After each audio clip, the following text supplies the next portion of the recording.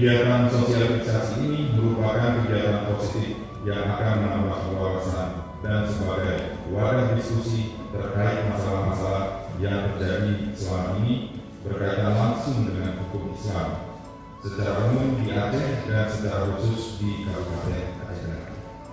Dengan mengharapkan ridha Allah Subhanahu wa taala, saya mengucapkan Bismillahirrahmanirrahim.